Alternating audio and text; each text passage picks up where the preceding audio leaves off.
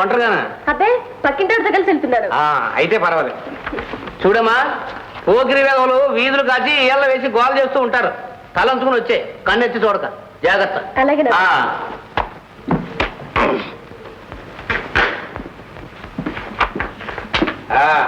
వేణు, నువ్వేం బయటికి వెళ్ళవా? చచ్చినావని నేను చదువుకోవాలి. చదివే నా కర్తవ్యం, చదివే నా సర్వస్వం. శబాష్ శబాష్ శబాష్.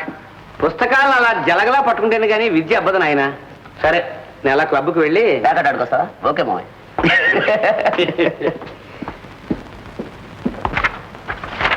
అబ్బాయి గారు, మామయ్య నేను చెప్పానుగా చదివే నా సర్వస్వం అని. అబ్బాయి గారు, నేనేంటి నరసింహాన్ని. నరసింహ నువ్వా? ఏమిటా? అమ్మాయి గారు మీకోసం పాత తీరు ఉంటాన్నారు, వెంటనే బయలుదేరండి. నేను బయలుదేరచ్చనుకో, ఈ లోపుగా మామ ఏళ్ళలో వచ్చేసి దసరా పుల్ల గంతులేస్తే మీకు ఆ బెంగక్కర్లేదండి. నేను ఈ బట్టలు వేసుకుని ఇక్కడ కూకుని రాసుకుంటూ ఉంటానండి. పైగా అయ్యగారు రాగానే పూజకి వెళ్తారండి. నేనేనా ఒకటేనండి. మరే నువ్వు నిజంగా నా ఇలవేలు పూర కాదు, నా వలపు వేలు కోటేరు నాకు. రూపాయి విషయం వెళ్ళిపోండి వెళ్ళిపోండి. ఏ బట్టలు వేస్తున్నాం? అత్తం సినిమా యాక్టర్ రాజులో ఉన్నాను. చూస్తాను ఓ ముహూర్తం చూసి మా బ్రష్ ఎక్కేస్తాను. చదవాలిగా. నరసింహరావు, అమ్మో ఎన్నో వచ్చేసాడు, చంపేస్తాడు బాబోయ్. అబ్బాయి వేణు, నరసింహ ఎక్కడికైనా పంపించావా? నిద్రపోతున్నావా? పాపం చదివి చదివి అలసిపోయి ఉంటాడు. పరీక్షలు దగ్గరికి వస్తున్నాయి కదూ, రాత్రులు పగలు చదివేసి నీరసించిపోయాడు. అరే, పూట్లు కూడా విడవకుండా ఈ ధ్యాసలో.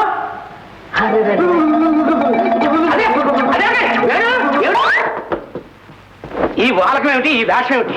తెగులు తగిన కోళ్ళ దుప్పట్లో దొరకవా? ఎందుకంటే ఊరికే కొడతారు. మీకు నచ్చిన పని చేశారు కదా. ఏమిటా నచ్చిన పని? తోటను మోసరులు చేస్తారండి, మీరు ఒప్పుకున్నారండి. అందుకని అమ్మాయి గారు సినిమాకి పంపారండి. తప్పేంటండి? అబ్బాయి అమ్మాయి సినిమాకి వెళ్ళారా? నిజమేనా? నిజమేండి. మంచి పని చేసేవారా, మంచి పని చేశారా. సరేగానండి, వాళ్ళ ముందర మీరు ఇలా సంబరపడిపోకండి. ఎందుకంటే అండి, ప్రేమించుకునే వాళ్ళ మధ్యలో ఎన్ని అడ్డులు వస్తే అంత గట్టిగా ప్రేమించుకుంటారు. అందుకోసం మీరు వాళ్ళ దగ్గర కోపంగా ఉండండి. అప్పుడు ఇంకా గట్టిగా ప్రేమించేసుకుంటారండి. కరెక్ట్రా నువ్వు అన్నది, కోపంగా ఉండాలి. పూజ చేసుకొస్తాను. చిన్న పూజండి బాబు. ఎవరు చూడండి చూడు. ఏమ్మాయి, పక్కింటి ఆవిడతో సినిమాకి వెళ్తానని చెప్పావు. ఆ పక్కింటి ఆవిడ వీడా? అది కాదు నాన్న. నువ్వు నోరు మూసుకుని ఇంట్లో వెళ్ళు. మరి మీ వాళ్ళు మా ఇంటికి పంపిస్తే పక్కింటి ఆవిడ ఎదురింటి ఆవిడ అని వేషాలు వేస్తావు. మామయ్య నోర్మై, ఏమన్నా? ఏదో చదువుకుంటున్నావు, బుద్ధిమంతుడు కదా అని అనుకుంటే అమ్మాయిని వెంట పెట్టుకుని షికాలకు పెడతావు. ఈ నాటకాలు కట్టిబెట్టి ఒళ్ళు దగ్గర పెట్టుకుని చదువుకో. మామయ్య, ఏదో హాస్టల్ వార్డెన్ లాగా పోజు పెట్టి రూల్స్ మాట్లాడితే ఒక్క క్షణం కూడా ఇక్కడ ఉంది. నువ్వు గదిలో దూరి గంట కొట్టి గొడవలు మిగితే తప్పు లేదు, కానీ నేను షికారులు కొడితే తప్ప. నేను పెద్దవాడిని రా, దేవుడు లాంటి వాడిని. కళ్ళు పోతాయి, నా మనకి లెప్పలు వేసుకో. అంత సరదాగా ఉంటే నువ్వే వేసుకో. మామయ్య, ఇప్పుడే చెప్తున్నాను, నీ నక్కజిత్తుల వ్యవహారాలు నాకు ఒక క్షణం కూడా పనికిరావు. ఇప్పుడే హాస్టల్కి వెళ్ళిపోతున్నాను. నరసింహ, అయ్యా, నా సామాన్లన్నీ పొద్దు హాస్టల్ పట్టుకొచ్చాయి. ఒక టాటా బాయ్ బాయ్.